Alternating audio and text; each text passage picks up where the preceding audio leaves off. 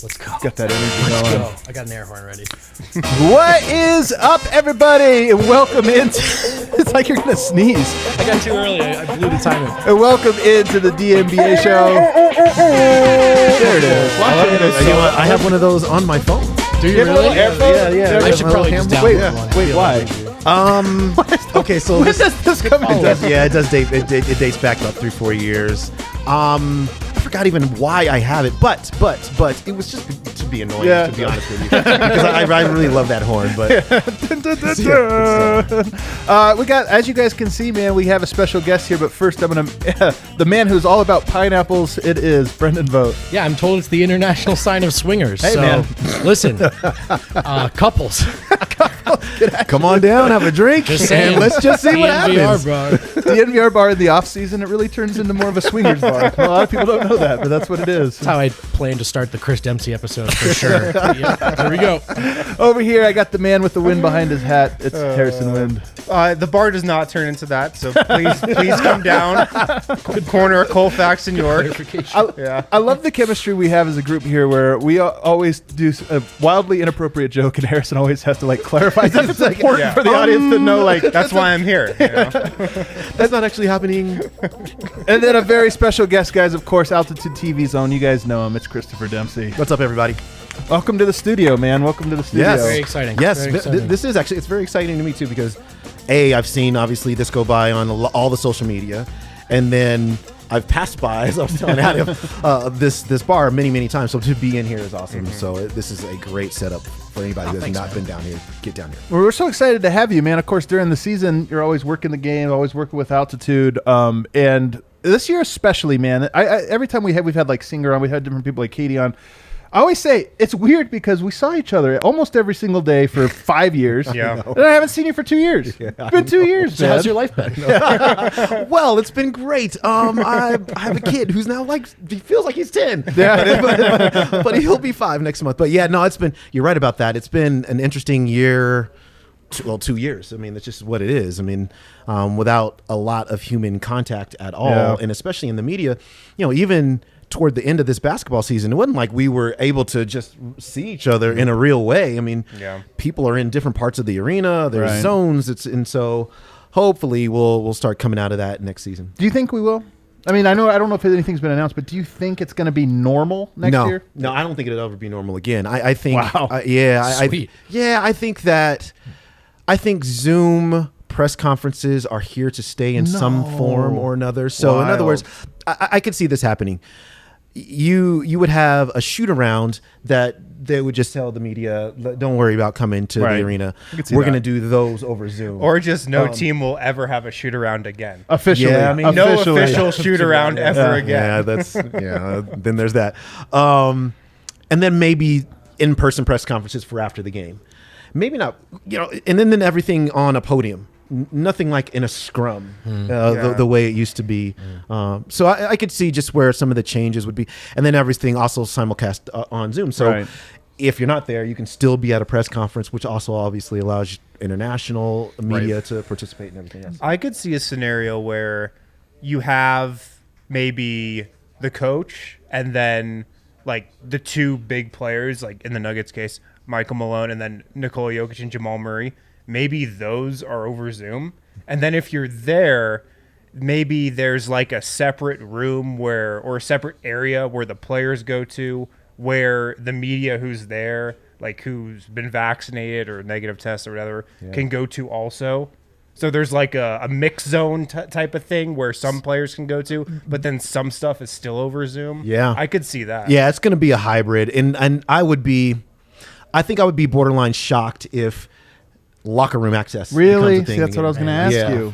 Which is too bad, because, and obviously anybody who knows me, I come from a newspaper background, and as a beat writer, you guys have had Mike Singer on here, as you just mentioned, and Harrison, you guys, so to really establish relationships with players, coaches, whatever, I mean, you got to be there. I mean, you got to be there, be able to sit with them. It's not all you record in front of their face. It's, sitting down, getting to know them as people.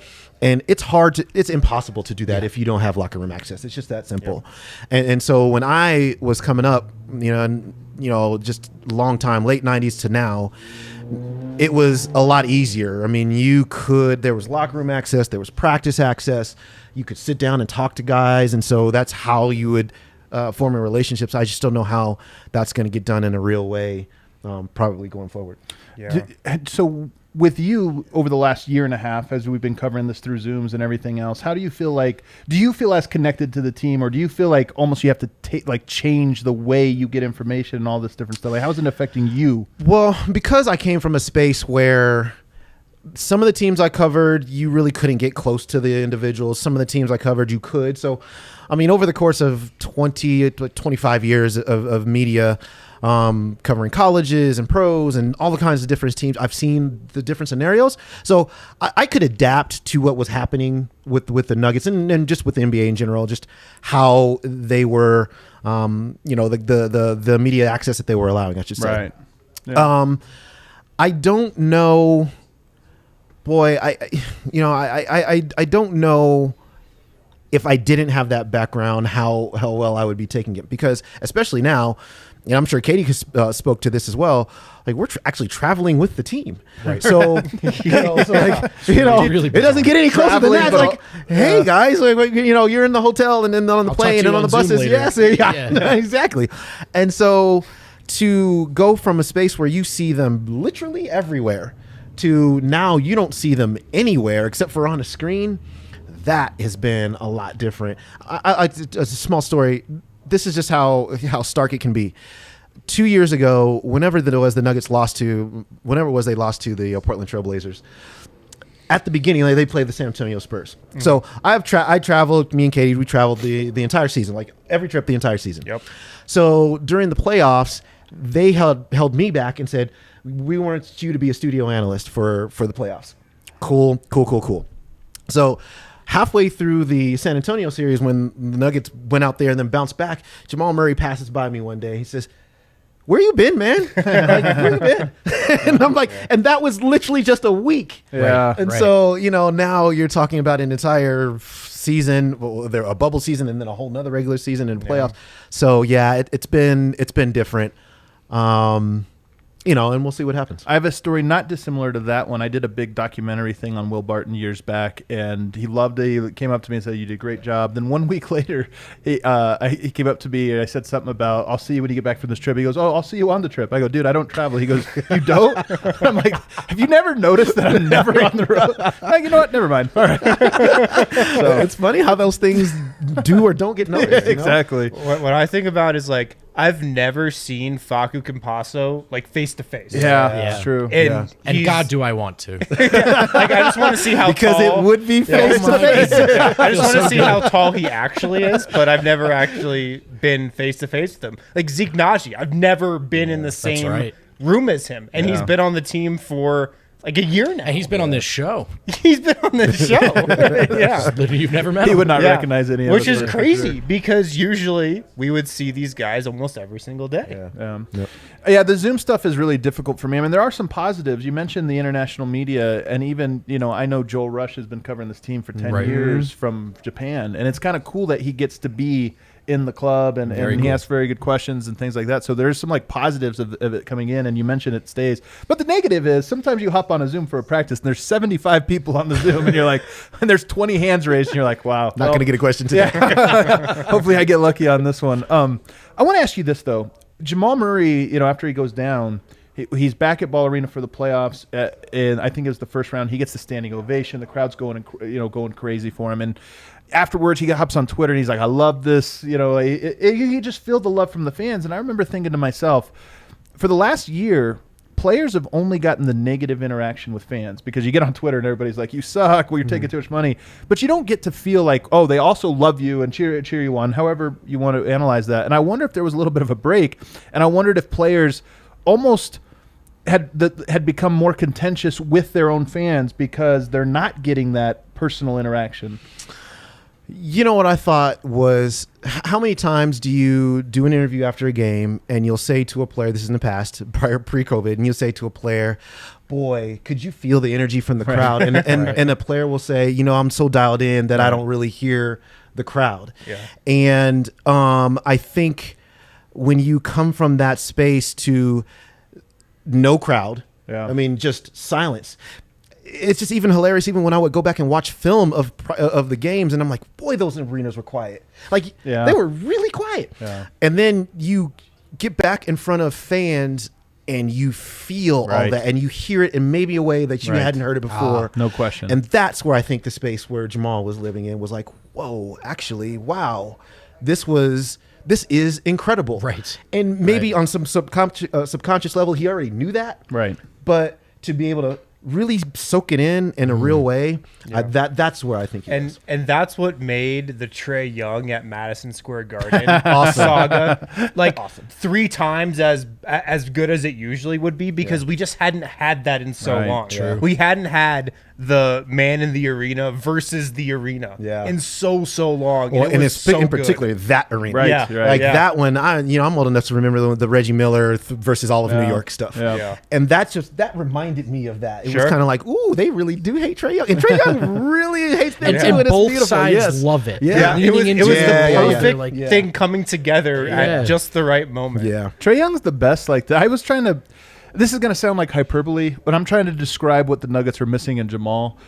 He plays, I think, a lot like Devin Booker. You could say Devin Booker's better. I'm not going to try to argue, because I think those arguments are dumb. But I think he have a similar style. I think he plays like Trae Young in spirit, though.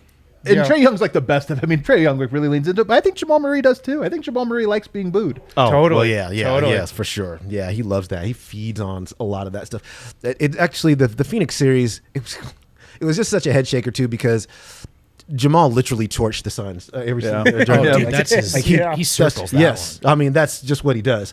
And a couple of those games in Phoenix, it was a sparse crowd, because at that time nobody liked, even in Phoenix, you didn't like the Suns, but now everybody loves the Suns. But that crowd, even in those games, which were pretty good, the Suns would be up in the fourth quarter, and then all of a sudden he would do just something amazing on the court. And then he would just look up into the stands at a crowd that was stunned and that was getting on him, and just be like, I'm the man. Right. And now you can sit down. And that he loves that stuff. All the great players talk about it's more fun to silence an arena than to hear him. Like, Well, that's cheer just for got to you. be a top feeling ever in like the history of feelings. Silencing a packed away arena. For sure. Like, what's better than that? Oh, the Trae Young game. What game was it? Is it game 1? I think it was game 1, round 1, where he's like, it got really quiet in there. And he's like, he's walking out there. You're just like, man, When did he take the bow? he's Was that about game to- 1 or No, game I think 2? that was after that, he. that was game 4. It was, I think it was after. Or 5. Game 5. 5 Yeah. was the Sweet 5. He took the or bow. And yeah, Gentleman's basically, Sweep. all I know is that's what they do when the show's over here. Yeah. There's like a lot of shows here, and that's what they do when the show's over. I can't believe how much I so love good. Trae Young. Yeah, I dude, can't believe it. such a 2 good years line. ago, I was like, I don't know. We'll find out. Now I'm like, dude, Now this is you're the all in. best. I'm so all in, man. That's how you should be with sports, though. I feel like, I have no relation to him. I have no relation to Atlanta, but man, he gave us It's a a lot of show in fun. this playoff. Yeah, What dude. am I going to hate it? Come on. The more guys that are fun to watch, the better. Yeah. It's just that simple. I also wonder this question, though. I'm kind of lingering on this, because it's one of my big things I keep thinking about with the evolution of the NBA, especially over the last 10 years, the evolution of how players relate. Okay, we talked about fans, but I think even media. I mean, do you feel like the relationship between media and players has fragmented and fractured Yes. more over the last 10 years? Yeah. Why is that? I think it's just because it's more people. No. When I'm 46 years old. So when I started way back in 1998, if you attended a practice, it was, at the time there were 2 newspapers. It was the Rocky Mountain News and the Denver Post. And then if it was the Nuggets, it probably wasn't a TV station. If it was the Broncos, then it was all the TV stations. Right. Sure. Mm-hmm. But even when you had that was the media. That was it. So when you had Channel 4, 7, 9, Fox 31, and then 2 newspapers. So, 10 people, Right. like it was just not that many people. And so you were able to, you could pull a guy over. Like Adam Schefter was a big influence and mentor to me. He basically taught me, this is how you operate in a beat.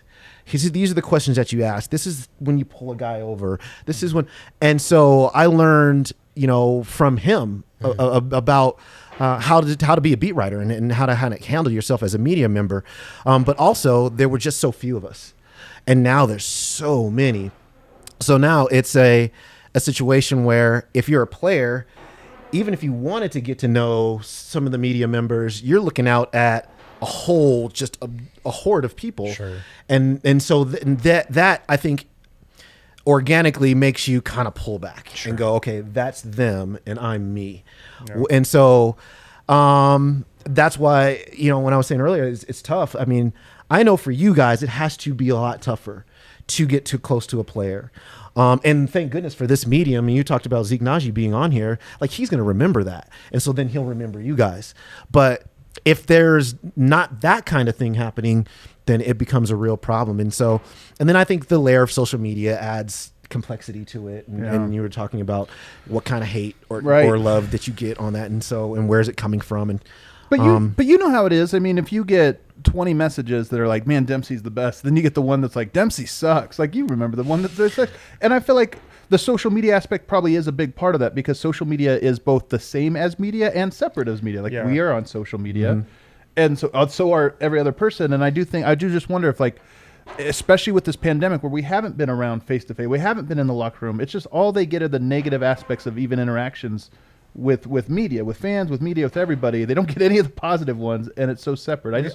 I also think that a lot of players now think that media is like some guy on Twitter who's just like talking about the Nuggets. But it kind of is, though, if we're being honest. Yeah. I mean, it kind of is. And it's tough to separate for a lot of athletes that from, like what we do. Like, to separate those two, and they think all media like fits under one umbrella. And I believe that's because the lines have blurred as to what covering a team means. Yeah. And so when I was coming out of college, it was very, very straight up and down. It was kind of like, well, you're the reporter, they're the player, you write a story, or you put out a broadcast report out there, and that's the way it was. And now because of content, and it has become an all-encompassing thing. Sure. So it's not only just the writing, but it's also the broadcasting, it's also the podcast, it's also the social media that go into what you call covering a team now. Right. Well, so it's hard to separate. Look at us within this group. All three of us do it differently. All three of us play a different role. So I do think that's part of it. I mean, the media is a term that's very popularized in just dialogue, and it doesn't mean anything, because within media there are different people with different goals and objectives and approaches. But I do recognize, like, that's a lot of work to ask for a player, to sift through that, parse through that. This guy does this. Here's who I can trust. Right, of course. They don't put it that. What you got is just, dude, how about, like you said, it just gets to a point where if I were in their shoes, I would pull myself away. There was a funny one that Malone had. I can't remember what it was, where he said, everybody's writing about this. And I remember thinking, like, I haven't read a single thing about that. I haven't seen a single tweet. Like, he must have seen one and then put it. But, you can't blame those. Can't blame anybody. Like, we know so little about all they know is that there's a bunch of people asking them questions. Yep. Now, what we do with the answers is that's what it becomes different. Right. You write in the story, you put it on a podcast, we tweet it out. What do you do? You're analyzing it. How Always do you, different, that's the difference. Let's move on to the Suns here, because I want to talk about, they just moved on to the NBA Finals. It's kind of funny. Yesterday I came on here and talked about how Chris Paul had been dominating the basketball. I thought a little bit too much. I thought games 3 and 5, they weren't his fault, but he wasn't the solution. He's so old school. I mean, you're so new school. Yeah. Get off the ball. Get off the ball. What all I'm saying is, I could tell when push came to shove, like, Chris Paul went into all right, you're not making any shots today, I got this. Well, the story of Game 6 was that happened. He dominated. Yeah. It was like, then he hit all the shots. The way it's the exact same thing happened, where it's like, it's winning time. It's Chris Paul time. The difference was he absolutely thoroughly dominated. I'm going to show the media and this guy out. Yeah, this guy, he was watching the show. He called me out afterward. No, but he was brilliant. I mean, he looked like he did in every game of the Nugget series. He finally brought out that bag and just completely dominated. I'm happy for the Phoenix Suns, and I gotta say, I'm surprised you mentioned their crowds haven't been there. Their crowds 1,000 deep at the airport. Man. Yeah, so way back when, going back to the 90s again was the last time they were in the actual finals. I mean, I was 18 years old the last time they were in the finals. I was 18. Charles Barkley was playing for the doggone team. For a long time. And that's, their arenas at that point in time were full. And then they just did this. And nobody went. Right. And they were so bad. I mean, 2 years ago, it was the worst record team in their franchise history. I mean, wow. it was the worst. I didn't realize it was record in franchise history. history. They just walked into the final. I can't believe it. Yeah. So when we would crazy. even when we would go to those games with the Nuggets, I mean, there would be nobody in the arena, like literally nobody in the arena. And so I have been impressed with it. Their crowds have been loud. The Atlanta crowd, I was impressed with how loud it was, and the Phoenix crowd, I was impressed with how loud. I was not impressed. I mean, New York's crowd, I don't. To me, it's the best. Like watching on television or on any screen, their crowd is by far the loudest through any screen that I've ever heard. Like it's, you can feel the energy from a New York crowd in a way that's very hard with other teams, but Phoenix is very close. Phoenix to me was the loudest from watching. I don't know. You never know if it's they turned the dial up, this or that, but that crowd had been great. And just seeing 1,000 people. Do you think there'll ever be 1,000 people at the airport? I thought about for the this Nuggets? a lot. More The than 1,000 airport there. placement, honestly. All No, jokes aside, that's is the a great point. There's no way 1,000 people drive an hour Yeah. to go wait for the team to That's land. They set it up great perfectly too, because they had the cars driving right down the middle and the crowd on either side. It was like a parade. Like a tunnel. We So do this good. for my They knew kids it. in soccer. yeah, They set it up perfectly. But it was cool. It honestly makes me happy. I like when smaller market. I know Phoenix, somewhat not really a big They're market, not but they're small. they're like Denver. They're in the middle. They're not on the coast. They're not I premier. like when you see their flyover. fans show out and all of this. Did you? Also, I love the Final Four. So for anybody who wanted to tag the NBA about, it's just the same team, it's the same teams all over again. Well, same teams. Okay, so now you got Milwaukee, Atlanta, Phoenix, and the Clippers, who've never been there ever. This is a really, really unique year. So okay, so it's. I think it's been fun in that respect. It's been terrible Definitely. because of the injuries. That's the weirdest thing. It's like we got our parity, but at what cost? You know what I mean? Yeah. And I've enjoyed the basketball, so it's like from that standpoint, it's fine. But it is. It's just like how many stars go down before you start to feel weird about it. You know what I mean? I don't know. It's a weird thing to sort of reconcile. We're at this inflection point, and the Phoenix Suns have been able to stay away from this actually, where everybody's injured. Yep. Okay, so if everybody's injured, then It's all even. Then it's all even Yeah, again. it's all even. Yeah. But the That's Phoenix true. Suns have been the one They're the team one. to be able to stay away from that in a Yep. real way. Yep. And they, I think, are probably favorites at this point now with Giannis kind of in doubt. I also think about the way their bubble run ended. They got that momentum, Yeah. then they got out of there. Yeah. And all the other teams that had to stick around, we saw that effect. So that somebody had on else, their so somebody season. shared a couple different things with me, and one of them was they were saying, okay, they got out early, so they had a full off season. They had one of the youngest teams in the NBA. Got all those young players. You bring in a veteran, Chris Paul and Jay Crowder, but everybody else is there's like they're not tired. And then they was talking about the restrictions in Arizona have been very light from the get go, so maybe it's been allowed for more group events or whatever. I know the NBA has been strict with this, but you put all that together and you think, young, they can handle the grind. They were rested, even better to handle it. Maybe easier to get in the gym together.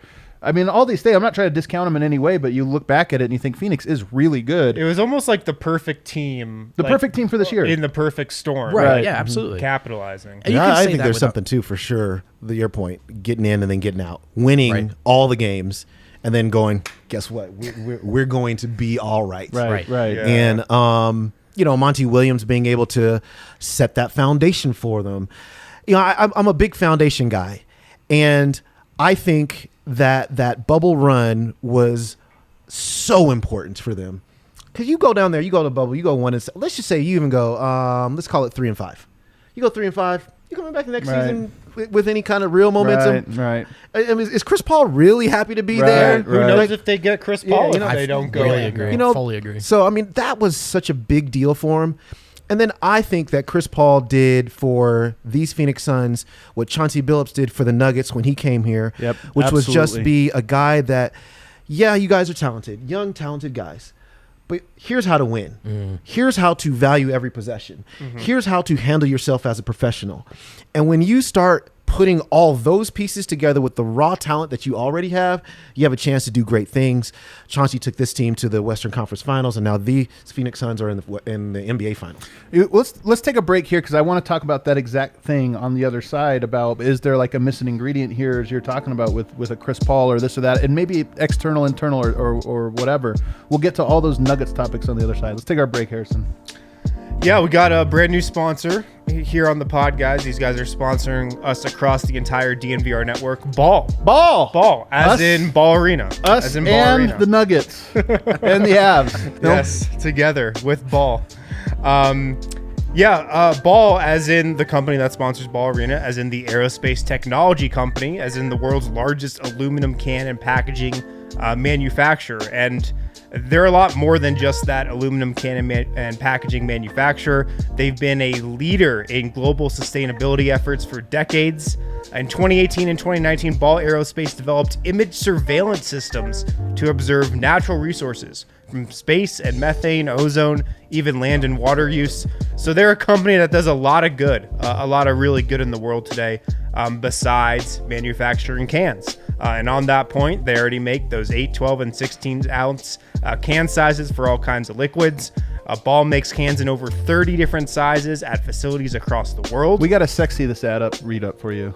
Yeah. Sexy it up. How do you want to do that? They make 8 ounce, 10 ounce, and 12 ounce aluminum cans. How's that, Dibs? That was pretty good, right? That sounds great. That's way sexier. Yeah. Well, that usually comes when I'm really super comfortable with the ad. Oh, so you're easing into it. This is only the second date. This is only the second week that we've had Ball. So All I'm right. still getting comfortable with the ad. I love it. Yeah. But the Golden Plant in particular makes regular 8 ounce and 12 ounce sleek cans. Ooh, there you Very go. sleek. A 24 ounce growler size. We love growlers on this show. And 12 and 24 ounce cans as well. Alumi Tech bottles and several different can lid sizes, which are then shipped to Colorado plants to be filled. So they do a lot of really cool stuff at Ball. And they're also hiring at their Golden Plant. If you want to work at Ball, check them out. Text Golden, Golden, to 77222 or go to jobs.ball.com and search for Golden. Also, guys, at DraftKings right now, you can still bet $1 on the basketball team of your choice and win $100 in site Dempsey is credits guaranteeing if the your Atlanta team Hawks. wins. That's what he said, more or less. He'd more or less guaranteed it. The Hawks. Yeah. So we got Hawks win. Money we got down Hawks guarantee. Bucks tonight. You can bet $1 on either the Hawks or Bucks. If the team you bet on wins, you win $100 in Hawks. site credits. Hawks tonight? Are we taking the Hawks tonight? I'm with it. If Giannis is out, I'm with it. Yeah, Giannis is out. So I mean, They looked really bad in the 30 seconds he was out before he came back on the court. seriously, 12-2 run in 30 seconds. You're like, wow. it just was like, wait a second. He did actually walk it back out on the gym like, all right, let's do this. Look at Looked the up at the score. clock. He's like, what the? I left you guys for like His 1 team was minute. like, nah. There was a timeout in the middle of that. How did this happen? So true. Yeah. So true. But yeah, bet $1 on the basketball team of your choice. If that team wins, you win $100 in site credit. So make sure to download the top-rated DraftKings Sportsbook app now. Use promo code DNVR when you sign up to turn $1 into $100 in free credits. Again, bet on the basketball team of your choice to win their next game. If they do, you will claim $100 in free credits. That's promo code DNVR. Only at DraftKings Sportsbook. Must be 21 or older. Colorado only. New customers only. Wager paid out in-site credits. Restrictions apply. See DraftKings.com/sportsbook for details. And if you have a gambling problem, call 1-800-522-4700. Kale, pull up. We had a super chat here for Dempsey. Somebody giving him a shout out here. I think it was Scott Carpenter. Yep, here it is. It says, I enjoy listening to you and Kaz when he goes into a rant about the refs, and you always do a great job of bringing it back to the game. Thanks. That's kind of like my role on this show. It really is. I'm like, Oh, but that's not really how it went down. Yeah, cause and the refs. It's a complicated relationship. My favorite is just like when he calls him out by name. Rodney Rodney Mott. This guy. He'll say he'll only be an official for the first round of the playoffs. I'm like, whoa, okay. Yes, I try my best to just let him say his piece, and then it still is my job to what actually happened on this play. And sometimes that is a little bit at odds to what Kaz is saying on air, and sometimes it's not. But I do think a counterbalance to that is beneficial sometimes. And he knows, and he's a self-deprecating guy. He'll just say, I know people hate me here talking about refs so much, but yeah. I mean, I think for me, what I try to do, especially on radio, is go, okay, well, let's just walk you through the play. And then you as the listener can decide where the discrepancy was. Kaz is so good at that too, man. Like whenever I sit and listen to it and think about how hard it would be to have the energy he has for everybody. Like, 'cause it's so fast, you know, like. And brings up the ball to the goal, gets to the left side, and he's like, dunks on it, unbelievable. It's amazing. It's literally amazing sitting next to him, being able to do that. I thought, I was listening to him one day, and I'm like, I couldn't even keep up with what's happening right now. There's no way I could keep up with what's happening right now. And then he's also, the other thing is he's just so funny. It's also hard to not belly laugh half the time on the broadcast. So I'm like, dude, stop telling jokes, man, because like, so it's great fun. It really is. It's great fun with Cause, and but you know, the referees are the referees. I'll tell you what, man. Fans though want to hear complaints about the referees. I had a 1-star review over on Locked On, and it was solely because I said that Jokic getting kicked out for that flagrant or whatever. I was like, I said something like, I'm not going to argue it. It's not. I don't agree with it, but you can't. He was put himself in position to get screwed over, and somebody's like, 1-star review. That was BS. You were there's no. And I'm like, sorry, man. Yeah, I thought you were. That's a lot nicer than the DMs I got about my take for that. Really? My man was a tough time. All right, so we'll talk about this Nuggets team, because one of their motto has been, "We don't skip steps." Over the last 5-6 years, I think. Tim Conley and Michael Malone first started saying this some like 4 or 5 years ago, where it's like, we want to go through every step of this process. And I think it's a wise plan. But if you look at their best window of opportunity, in my opinion, was this year and next year financially, because Michael Porter's on this baby contract and he's going to be on it again next year. And you're always susceptible to that unlucky break, which is what they got. Contrasting that to Phoenix, which, as you mentioned, was the worst team 2 years ago, all of a sudden they're here. So do you know, as we kind of step back and look at this, is a slow burn process like the Nuggets have done, is it always going to be susceptible to this type of thing? Is the NBA more a quick turnaround league or a slow burn league for a team like Denver? I think that what we're seeing in the NBA now is they want to be a little more slow burn. Let's look at the Atlanta Hawks. Now, obviously, they brought in Bogdanovich and Gallinari to this configuration of and of McMillan, players. And a new coach. Well, I mean, he was an assistant, so Right, they just raised him up when Lloyd Pierce wore out his welcome. But drafting Trae Young, drafting John Collins, like you start, and then when they hired Lloyd Pierce, it was because what they wanted to do was draft young players, and then Lloyd Pierce was known as a great player development coach. Yeah. So you get the young guys, Cam Reddish and all those dudes. Now you develop them up. Now you bring in veterans, and then you have a team like this.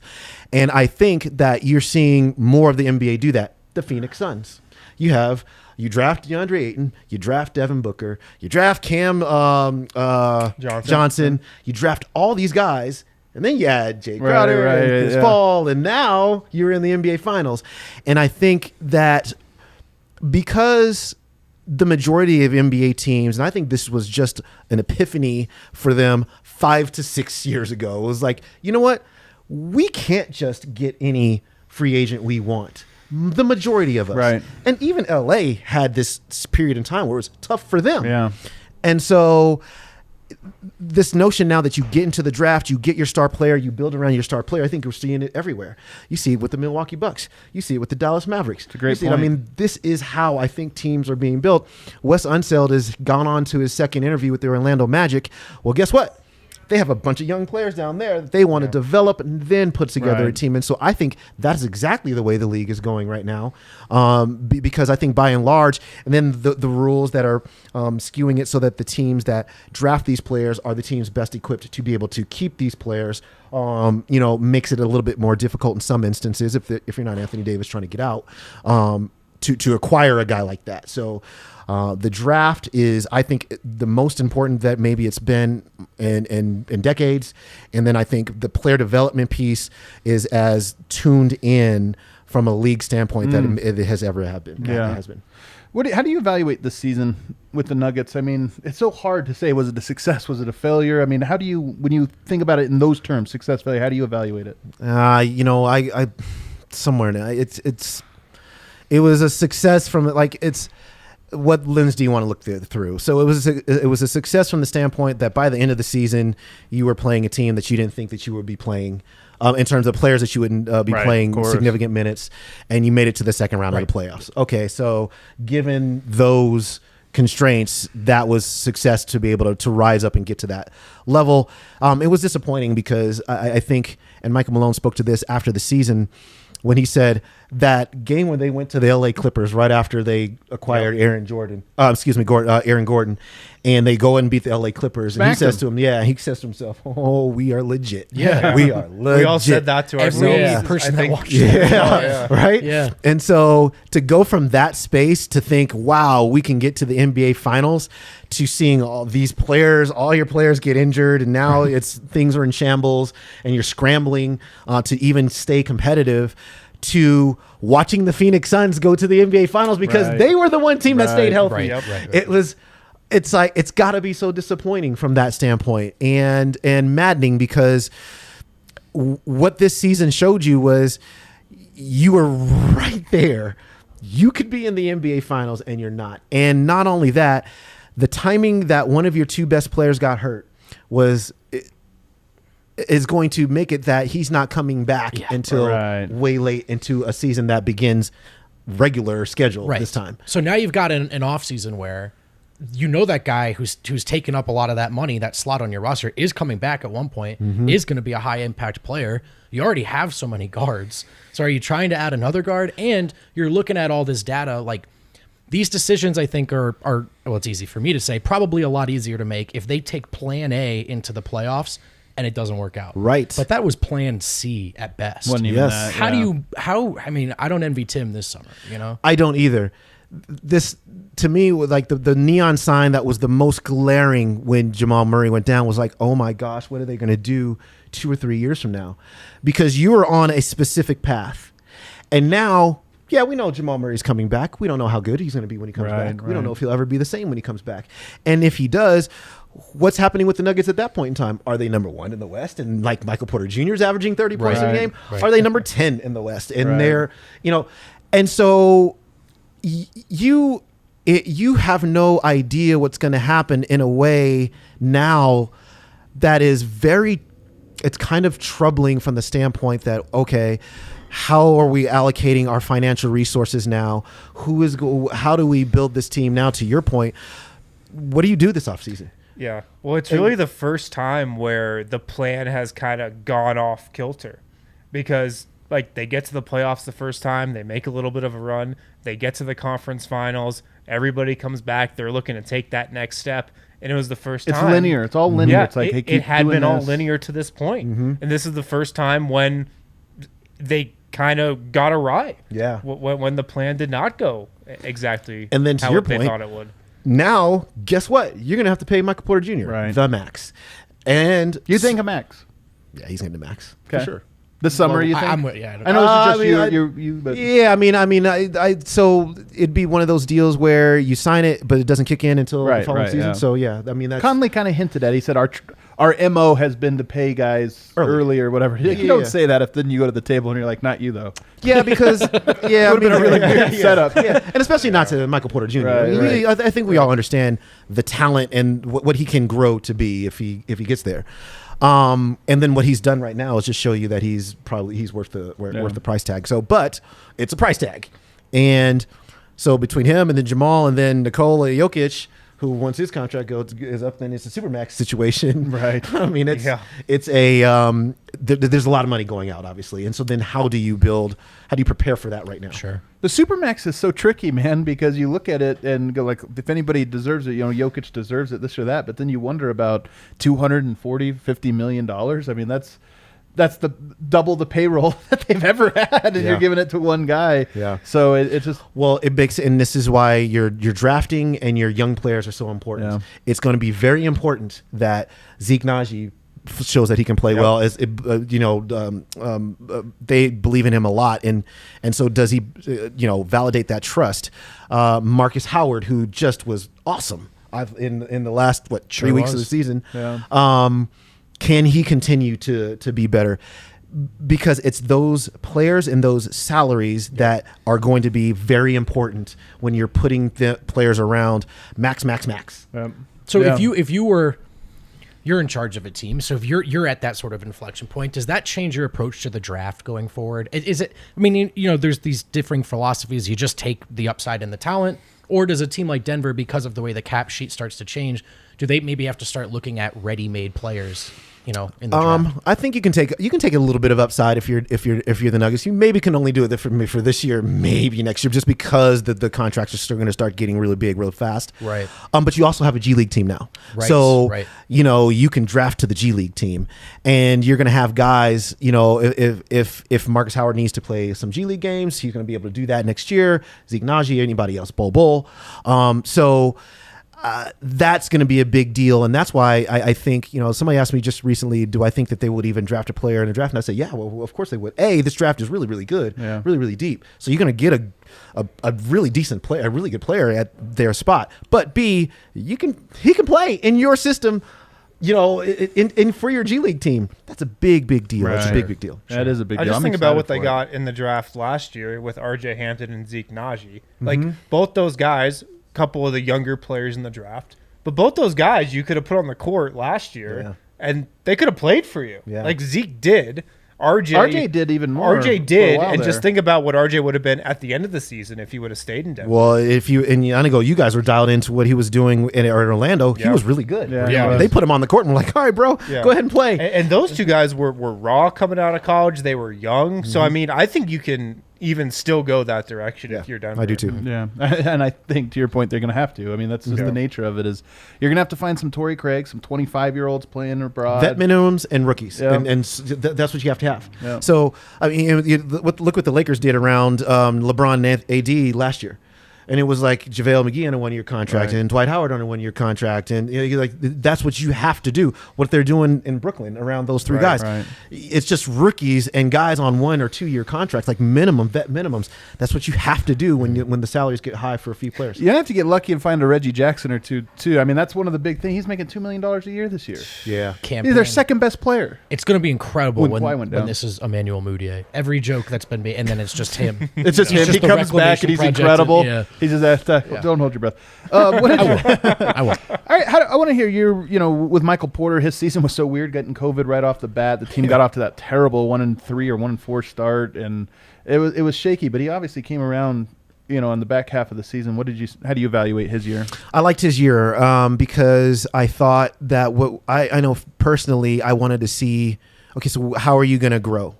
And, it was tough. Like, before the bubble, his playing time was scattershot. And even if he had a really good game, wasn't promised to him that he would even play the next game. And so that was very hard on him. And Michael Malone acknowledged that, I think, in the press conferences leading up to the bubble, when he said, it was a little too scattershot for Michael Porter Jr. So, okay, so he plays a little bit better in the bubble, and then he comes back in this year. And so the question I thought I had for myself was, can he be a significant piece?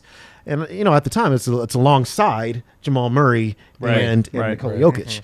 And can he find his way? And 2 years ago, I remember the talk in training camp in Colorado Springs was, well, boy, I have to be able to figure out how to play off the ball. I mean, can I be, the dribbling, you can't pound the air out of the basketball and take a shot. Well, this past season, when he had the game where he had 4 dribbles to get 25 points. Yeah. That's shocking. So Klay Thompson. Yeah. Right. So you go from a space 2 seasons ago in a preseason where you are openly saying this is something that I have to grow into, to being able to have that exact kind of game. Yeah.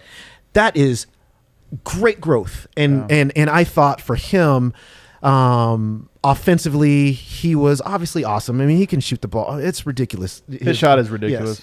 Yes. Then defensively, I thought over the course of the season, he improved. And really that was just for him saying, this is something that I know I want to do and I have to do. Yep. He's fully capable of doing that. Come on, it's an athletic body. I mean, he can do that.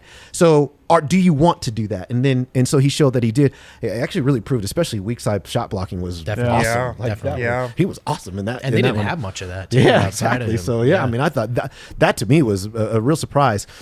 And so I thought his season was good. I thought he got taught a lesson in the playoffs. Yeah. And that is, this ain't easy, bro. This is, as talented as you are, these teams can take out talented players. Right. And so what did you learn from this experience? What did you learn from Portland and Norman Powell being very physical? What did you learn from being injured and having to play through that a little bit, but also playing against a defensive team as good as Phoenix is? And so what I would like to see from him coming into next season is this fill in the gaps thing. So ball handling obviously has to get much better. If you can't get from point A to point B, no matter how good you are as a scorer, you got to be able to do that. Improvements defensively as well. So I thought this was a great season of growth for him. I had no problem with this. I liked his season a ton, and I think he's a very, very scary individual to have to project. When you project what he can be, right? Boy, he's going to be one of the elite scorers in this league. What kind of leap do you expect from him between this last year? Because I was thinking about this. This is his first real offseason because he got the knee injury going into his first summer league, and then last year was so effed up. Yeah. This year he gets 4 months, 3 to 3.5 months. What do you expect leap-wise? I expect him to be I think offensively, I would expect him to be as good as an offensive player as there is in the league. I think ball handling is easy to get figured out. Yeah, that's easy. It might take 2 off seasons, but he'll get halfway there maybe in one. Yeah, come on, man. And he really knows it, right? You're saying, come on, man, to him like this 1 year. Yeah. Yes. Oh, 2 seasons. Yeah. No, he can do this summer. Man, I don't know about that. He can do it this summer. I don't know about because some that. of the stuff. But think about some of the stuff he was getting stripped on. So it'd be like a transition fast break, and he'd have the ball, and he'd get it stripped at the rim. He'd take a handoff, curl into the lane, try to get to the rim. He'd get it stripped. And so the question is how comfortable are you in in spaces where the defender is kind of closing in on you? Yeah. Can you get around that man and still get to the rim? And then how comfortable are you in tight spaces? That is a lot harder. I mean, the best ball handler have to learn how to. You get into traffic, can you get yourself to the rim, to your shot anyway? Right. And so, but do I think he can do that in one offseason? Yeah, I absolutely think he can. And if he does, that just opens up everything else. We started to see him in attack. Obviously, when Jamal was on the court with Joker, he could attack. He'll attack weak side closeouts and get himself to the rim. There's just a lot more he can open up and be an effective offensive player. Do you get the sense that he's identified these things as the spots of growth? Like for us, it's the hands are the glaring problem. Do you think he's entering that offseason knowing that? Yeah, because when you're on the court, and you guys well know this, when you're on the court and this one thing keeps happening to you all the time. That's so true. It's like. Okay, I mean, you don't even have to go back. Like if you went back and looked at synergy, and it's like, hey, look, you turned the ball over 50% of the time when you went left. Like you already knew that. All right, you already knew that. You didn't even have to. I remember that. Just think about how many film sessions there were during the year where Malone was going through the tape of all the turnovers and whatnot, and how many of them were just him getting stripped. Yeah, I mean, you got to look at that and be like, oh shit, like, I should probably address that. Yeah, and those are easy. I remember when Ty Lawson had this issue, and it was one off season when I did his film breakdown. He was really, really good going to his right, and then just things were not as good going to his left, and he already knew that. And so what happened over the offseason is he worked on that left, everything going left. And so then what happens in that following season is not only are you better at this one thing, but now you're more dynamic as an offensive player. So if you are scouting me and you can go, okay, but half the time you're doing this and the other half of the time you're doing that, it's hard to box you in on the court. It's hard to point you to a certain space and say, don't worry, he's way less effective right here, because that's not the case anymore. And so for Michael Porter Jr., it's now we know you can do this. How dynamic can you be? If I box you into this one area of the court, are you going to be are you that less effective? Right. Or can you still do what you need to do on the basketball court? Yeah, this is a great way of putting it. I always talk about with his talents, especially it's about unlocking them, because the talent is there. Like if he gets an open shot, he's almost as good as anyone. Yeah. Now can you get to the point where you consistently get open shots no matter how the defense plays you? And I'll say this, guys, and you guys might laugh at this one. So I always did laugh when he was coming in out of Missouri, and then there was this whole Kevin Durant versus he's Kevin Durant. Sure, right. Because that's ridiculous. But they're tall and skinny. I mean, it's really all it comes down to. Yeah. But you know what? Watching him a few times last year. Spice it up. I was like, this dude is Kevin Durant. 5 peppers, Kale. 5 peppers. But that's what he is. He's not. Yes. That actually came from Dempsey's phone. He's obviously not quick and explosive like Kevin Durant. Like Kevin Durant's pure than here.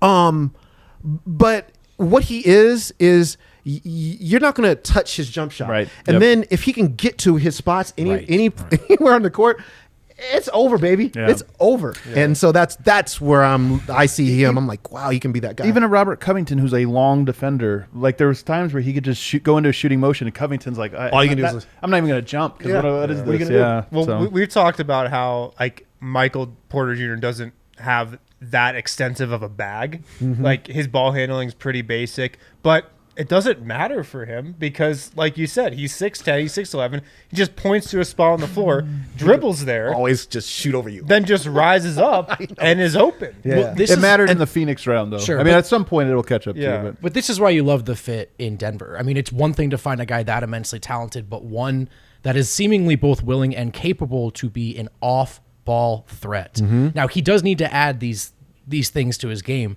But again, when they're healthy, his job is not to dribble the air out of the ball. His job is to make a defense scared from the corner. And we knew from day one that he can do that at the very least. I'm ready for him to be capable of running more pick and rolls. Sure. Just Well, in the flow of the offense, not like you're dribble about down to and see call it potentially starting opening night next Yeah, year. right. Because True. Got the a whole next year to work the on first that. couple months of next season is going to be this incredible opportunity for Michael Porter to just totally take over. That's why for his And- birthday, and I got him totally a flight to Sombor. and can totally expand his game. Yeah. Yeah, well, and that's it's one of the biggest reasons why his ball handling has to improve. Okay, so in these playoffs, to me, unfortunately the biggest star in the playoffs has been injuries. The second biggest star has been the high pick and roll. But you look at what Trae Young has done in terms of and how they fashioned that roster around him, and what are you going to do? You're going to stop the roll? Right. The Nuggets had this problem with James Harden and Clint Capella and all the Of shooters in course, Houston, yeah. right? So Always this is, got 'em. And then so you have Trae Young doing this, and you have the Phoenix Suns doing this just relentlessly. Yep. And so if you're Michael Porter, I know that they tried to run some of the similar actions that they had Jamal Murray run off of Nikola Jokic with Michael Porter Jr. to varying degrees of success.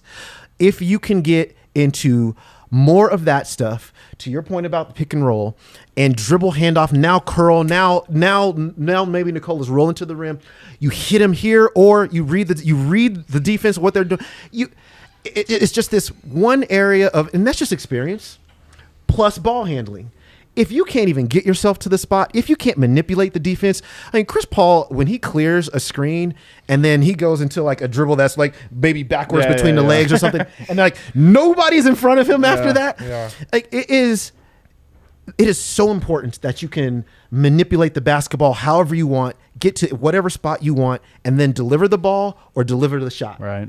Yeah. Such a big part of it. Let's take our last break. On the other side, I have two more questions for Dempsey. One of them on the MVP of the season, Nikola Jokic. And the other one, we're going to talk about Chauncey, what kind of coach he'll be up in Portland now that he's in the division, which really sucks. It's a real bummer for me. But quick, go as quickly as you can through the ad reads. I don't know if our sponsors are going to be happy about that, but right now at Solace Meds, they've got some awesome deals. For their July 4th sale, you can buy 3, get your 4th product for only 10 cents in the entire store. They got tons of other deals as well. Wait, I can make any product in their store the 4th item? I believe so. Yeah. I'm about to go put that to the test. Yeah. Their July 4th sale, buy 3, get your 4th product for 10 cents All right, in I'm the there. entire store. See you soon, Solace. In the entire store. You can see them soon because they've got a location just blocks away from the DNVR bar on East Colfax. They've also got locations in Fort Collins, Wheat Ridge, one off of Broadway, and like I said, one on East Colfax, right next to the DNVR bar. They got tons of other deals as well. You can also use the code DNVR20 to receive 20% off your entire purchase. If you're at the Wheat Ridge location, you also get a free Solace bar or King Cone when you use the code DNVR20 as well. So stop into Solace Meds whenever you're in the area. Also, if you're in the market for a house, if you're a first-time home buyer looking for more information on a mortgage, check out the good folks over at Chevalier Mortgage. Mike and Virginia Chevalier have been in this business forever. They know what they're doing. They can make a really complicated process super easy for you. So visit them at dnvrmortgage.com. Get set up for a free consultation when you're there. You can call Mike directly. You can call Virginia directly. Mike is at 970-412-2472. Virginia's at 303-257-6578. And you can visit them at www.dnvrmortgage.com, Michael Chevalier, NMLS number 1931006, and Virginia Chevalier, NMLS number 1910631. And finally, at Hassel Cattle Company right now, they've got this awesome deal for DNVR members. You guys can buy 3, get 1 free on their flank steaks. Super delicious, really flavorful. They're also only $9.99 as well. So buy 3 of those, get 1 free with the code DNVRFlank at HassleCattleCompany.com. You can also use the code DNVR10 for 10% off your entire order at HassleCattleCompany.com. All right, we got to go lightning round here because I actually thought of the third one that we wanted to talk about. So this is real quickly because I don't know if there's a lot to say it, but Jokic's MVP season, obviously historic for the Denver Nuggets. Mm-hmm. One, how important do you think it was to Jokic himself? And 2, he's still ascending. He's 26 years old. I kind of feel like his best basketball is still ahead of him. Do you feel like, is this his best season he'll have? Probably be his only MVP just by the numbers. But yeah, his season was awesome. And I think what we are entering into with Nikola Jokic is, however long he wants to continue to play, is maybe this 5-year span where he just dominates all the time. Yeah. Like he's at the peak of his powers. You cannot show him anything on the court that he can't get out of. He can score on anybody. That's one of the differences between a LeBron caliber, like this caliber player, and then maybe like a second tier superstar. And that Jokic had like 3 bad games this year. Yeah. And they weren't even that bad. They they're just bad because we're like, oh, that's not 30. Yeah. Like, I mean, 72 games and like 68 of them were A+, like incredible games. Exactly. So, I mean, I loved everything about Jokic's season. And, obviously being a native here and having watched the Nuggets since, McNichols Arena, I just thought it was the best moment for the franchise in its history, and his winning the MVP. And I just think he's at the peak of his powers, and I think it's just going to be amazing to watch him just dominate until he just kind of like, okay, cool, I'm just going to go chew with the horses. But yeah, it was great. I think he was mentally fried at the end of this. I think physically probably too. But that Sun series, gets swept. I want to believe, even as shorthanded as they were, they could have taken a game, but they weren't really competitive. And I think part of it was Jokic just to me looked fried, like almost resigned to it mentally as like. There were some moments where it was kind of like, he's tired. He's most definitely tired. And why shouldn't he have been? Yeah, I mean, you're talking about after Jamal goes down, they go 13-5. He just puts a team on his back. And then, like you said, you have the mental and physical grind of the playoffs. And sooner or later, you get diminishing returns. I mean, you can only, they had a shelf life. They always had a shelf life. And so, the shelf life was running into the Phoenix Suns in the second round. Sure. What kind of coach is Chauncey Billups going to be, in your opinion? That's a good question. I think he'll be a good one from the standpoint of he understands that the details don't get by him. Yeah. So he'll be a very detail-oriented coach. I just always think about this. Coaching is so much. Part of it is X's and O's. But part of it's just getting dudes to do what you tell them to do all the time. I think it's shifting towards that more and more. Yeah. And so, that I don't have a great read on. I just don't.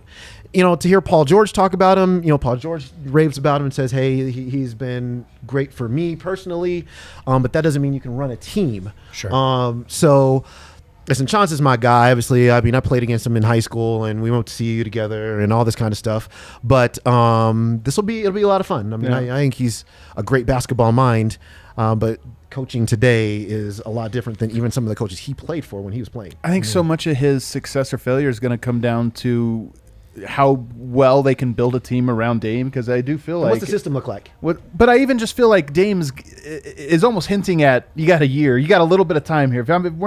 If we're not a competitive team, it's not just on the coach. It's like, if we don't have a competitive roster, man, I'm 31. Yeah. You know what? I Portland.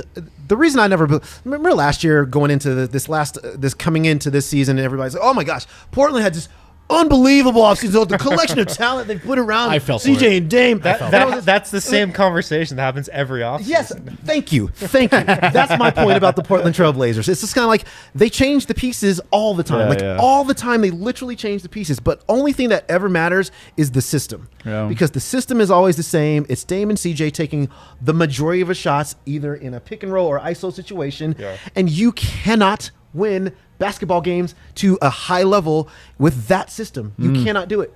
And so if Chauncey Billups can come in and say, all right, here's what we're going to do. You could even, somebody says to me, recently, maybe they should trade CJ and do something. And I said, well, okay, because you can get something for CJ. And then, you know what? Do something the way Atlanta has fashioned around Trae Young with Damian Lillard, because you can still score 34 points, Damian Lillard, and still hit Nurkic rolling to the rim, hit your 3-point shooters at the 3-point line, and now your offense is way more dynamic. The games they beat the Nuggets, it wasn't a question as to why. It's because they played as a team. Yeah, Norman Powell had a big game. Nurkic had big games. Yes. Every game that Dame went off felt a little more winnable for Denver than the 55-point game. Right. One of the greatest performances of all time. Yeah. And you lose that game because at the end of the day, we're all watching. Your own teammates are watching. Yeah, they were for sure watching him too down the stretch. Last one here before we get you out of here. The NCAA just made a ruling now where this was coming. I didn't know it was coming today, but or this week. It started today, right? Yeah. I believe so. It's in effect now. In effect ASAP. But now players can make money off of their own likeness, name, and image. And to me, it's kind of funny because this is the NCAA for years. I've always thought it was like, what is so weird how it's set up. But this is one where I'm like, this one always should have been. How could you not sell your own name? Yeah, and guys, insane. And I'm telling you, as having covered colleges since the mid '90s, dude, this is one of the biggest news stories that you guys will ever see. Sure.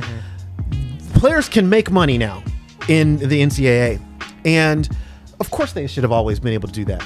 And this some of this goes back to obviously Ed O'Bannon going, wait, hold on, is that me right there on NCAA basketball? Because shouldn't I be getting money for that? But also, this is about to be the wild, wild west of recruiting. I was just gonna say, I promise you that. And the NCAA, what are the numbers gonna be like here? Oh my gosh! It was RJ Hampton. Did you see RJ Hampton's quote the other day when he said, teams are paying money? Like he was kind of saying, like, Duke, all these guys would have paid me, but they weren't paying me millions like I got in Australia. But now I kind of feel like that's not true anymore. No, and for recruiting. All right, Harrison, I'm recruiting you, bro. Okay. And Adam's recruiting. Okay. So your recruiting visit to me. I'm just gonna hook you up with. We're gonna walk you straight to the local car dealership guy, because let me just tell you what we can do for you. Not only can we give you all the facilities and everything that you want, but this guy here, endorsements, whatever you need, it's gonna be 5-6 figures per year. Okay. Top that, Adam Marius. Yeah. But then Adam Marius is like in Alabama, and he's got all the boosters plus his own deal, and he's got like 3 car dealerships. Yeah. What type of cars though? Yeah, you got a truck, we got a sports car, you got a motorcycle, you got them all. I promise you, it's going to be the Wild West, and I know that's one of the things that the NCAA was wary of. Because you can't regulate this anymore. Sure. I don't know if you guys saw the 30 for 30, the SMU, the Pony Express. Yeah. Okay, and like dudes just like, here's a car. Like all this. And so it's gonna be like that. I promise you it will. But on the flip side of that, I have to say that of course they should be able to profit off their likeness and image. Of course they. Right. And that's a no-brainer. Right. But it will get taken advantage of, and these teams that have bigger pocket boosters will be the ones getting the players more often than other schools. Yeah, I even wonder about the big fish though, like Nike and this or that. There's schools that are Nike schools, right? And I just wonder if that becomes like, where's the line there? Can Nike come in and offer Zion Williamson $20 million, and he's like, what? Come to Oregon. New Orleans has the first pick. Coming back to Duke. Oh, because I'm going to make the same money. In fact, I might make more money at Duke because. Okay, so you're raising a good point here, and I'm going to raise it in reference to the G League, because you have the G League Ignite team, and part of the draw was like, guess what? We're going to pay you, plus you're going to be able to learn how to be a professional. Well, heck, you can go to college now and get paid. Yeah. So college, I think for colleges, like this kind of swings the pendulum back into their favor a little bit, because now shoot, you can go to Duke and have the crowd and all the parties and everything else, and you're getting paid. You're not having to toil in kind of relative obscurity in a gym somewhere with the G League Ignite. And so I think, colleges will find that some of these players will start going back to college because they're going to stay there 1 year anyway. But in that 1 year, if you're making, 5 figures, then it's all good. I wonder if it'll be 1 year though. Sorry. I just wonder if guys won't come back if they are getting shoe deals early. And it's like, hey, you're at Duke. The brand is so strong for you there anyway. Maybe I don't need to come out, after my first year. I'm having so much fun doing this. Think of how much fun, the top basketball players have at a college. Now think of how much fun it will be to be there as a top basketball player when you're also getting paid. Dude, I would get $100 check. I'd make like $100 a week at my job when I was in college or whatever, was working part time. That check came in, man. I was like walking around campus, I getting some beers the night. Right. If I had my check was $10 million, you know how fun college would be. It's unbelievable, and even if it's just tens of thousands, four-year players back. The Sports Illustrated article, the 4-year players back. It takes me back. I remember so a long time ago when I was first covering CU, there was I don't know if you guys are familiar, I'm sure you are, with the name Jeremy Bloom. Yeah. So Jeremy Bloom at the time was a CU football player, and he was also an Olympic skier, really good one. Really good one. And so at the time, there was an apparel company coming out and trying to get its foothold into the lexicon, and they signed Jeremy Bloom, and that company was Under Armour. And the NCAA basically said, no, well, you can't make money off of your Under Armour contract, which they were just tying Olympic success, and still play football as a football player. And that went back and forth in lawsuits, and he eventually had to stop playing. I can't remember what he did, if he gave up the skiing or the football. I think he gave up the football. Sounds right. Yeah, and every time I see this ruling made me think of him first, because it was like, dude, he could have just played football and skied and done them both and made the money. And it just is. It's wild to think that it took this many years. I mean, we're talking 30 years basically later. All the vacated records and titles from guys. And think about Wiseman. See, Wiseman's obviously playing for the Golden State Warriors, but he had to stop playing at Memphis because of irregularities with who was being, is it permissible impermissible benefits, or bummer 2 years. He wouldn't have had to done that. Yeah. I wonder if they're going to have to institute a cap somehow, like on what teams are on. But that probably creates more questions than it answers. Yeah, I'm sure. The NCAA, it's over, man. This is gonna. It's like you're like in Ghostbusters when like you had all the ghosts were all in the safe, and all of a sudden like the safe busts, like all the ghosts are going out in like the city. Like that's where we are. I can tell how happy Dempsey is right now. Just decades of hate for the NCAA just coming out. Hey, what I want to know is, can CU compete? We got some big donors. What's going on here? But that's also the next layer. It's going to be hard for schools like CU to compete with schools like they're in the Pac-12. They compete with donors from USC. Right? Yeah. Nope. They compete with the donors from UCLA. Nope. So I mean, it's like we got Pasta J's right here. You want to be the spokesperson for Pasta J? BYU's like, listen, no coffee, no soda, but $50,000 over 4 years. Yeah, that's wild. For sure. It is going to be.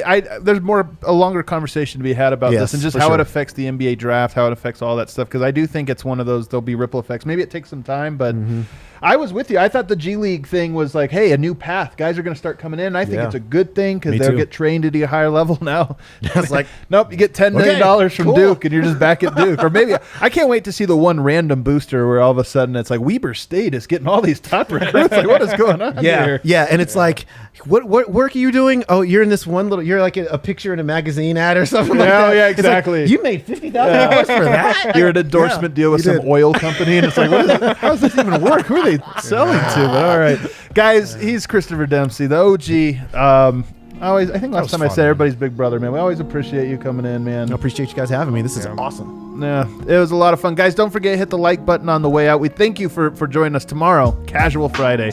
We'll be even more casual. More casual. Yeah, next, believe it or not. It gets worse. This is my business casual right here, man. Thanks, everybody. We'll see you guys tomorrow.